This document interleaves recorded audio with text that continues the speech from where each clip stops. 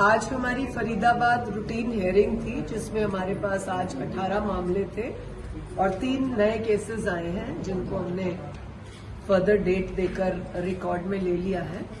इन 18 मामलों में maximum case domestic violence के हैं, जो कि एक बहुत शर्मसार बात है कि 5 महीने की शादी, 8 महीने की शादी, 7 महीने की शादी, उसमें डोमेस्टिक वायलेंस। और सबसे बुरा जो हमें लगता है, जो हमने देखा कि आप केस बनाने के लिए अपनी नंद का, नंदोई का, ससुर का, खासतौर से जेठ का नाम दर्ज कर देते हो और फिर किसी ना किसी की सलाह से एक बात जरूर इसमें डालते हो कि हमारा हाथ पकड़ा या इस तरह की बात। बाद में जब म्यूचुअली खत्म होती है ये बातें तो फिर ये खत्म हो जाती है कि नहीं, ऐसा नहीं था, हम म्यूचुअली कॉम्प्रोमाइज कर रहे हैं।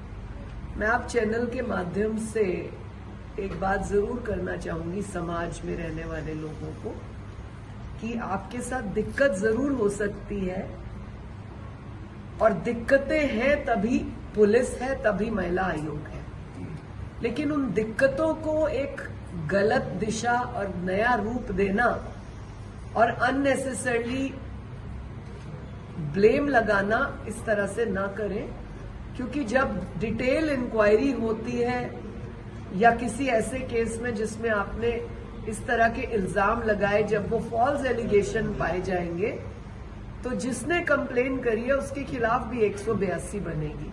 और हमने हरियाणा में कई इस तरह के बनाए भी हैं। और मैं ये निवेदन करूंगी कि लड़कियां अपने केस को केस की तरह देखें, न कि धाराएं ऐड करवाने के चक्कर में ऐसे ब्लेम्स लगाना, क्योंकि जब कार्रवाई शुरू होती है, पुलिस डिटेल तक जाती है तो उसका गलत इम्पैक्ट पड़ता है। एक और नया विषय हमारे पास आया है, रिचा नागपाल। रिचा नागपाल नाम से कोई फरीदाबाद में लड़की है जो हमें पता लगा, जिसने नकली कार्ड भी बनवाए हैं और वो आजकल अपने आप को मतलब वुमेन कमीशन की चेयरपर्सन कहने लगी है। हरियाणा राज्य महिला आयोग में कोई और चेयरपर्सन नहीं है, किसी और जिले में वाइस चेयरपर्सन या मेंबर्स अभी नहीं है।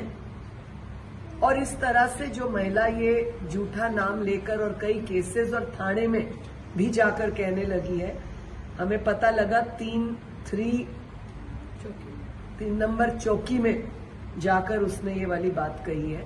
ये हमें ढूंढना पड़ेगा कि कौन है, और जब हमें मिली और ये बातें साबित हुई तो उसके खिलाफ कार्रवाई होगी, क्योंकि वो इस तरह के नाम लेकर पता नहीं कितने केसेस का मिसयूज करा है, कर रही होगी, आगे करने वाली है।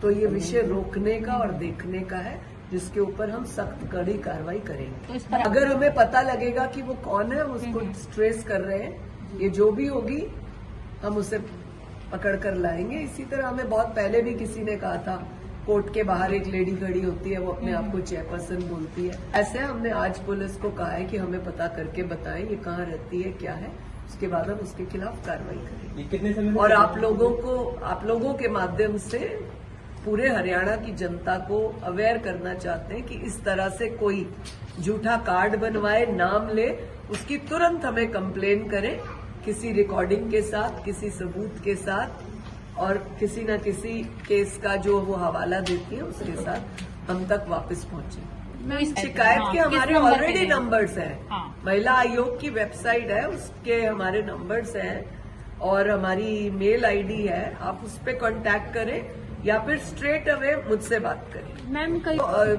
आप लोगों को सबको पता है कि कौन से थाने का एसएचओ कौन है, कौन सा सीपी कौन है, कौन सी आयोग की चेयरपर्सन कौन है, आप सबको पता होता है। जब अगर आपके साथ ऐसा कोई करता है तो आप तो तुरंत कंप्लेन करके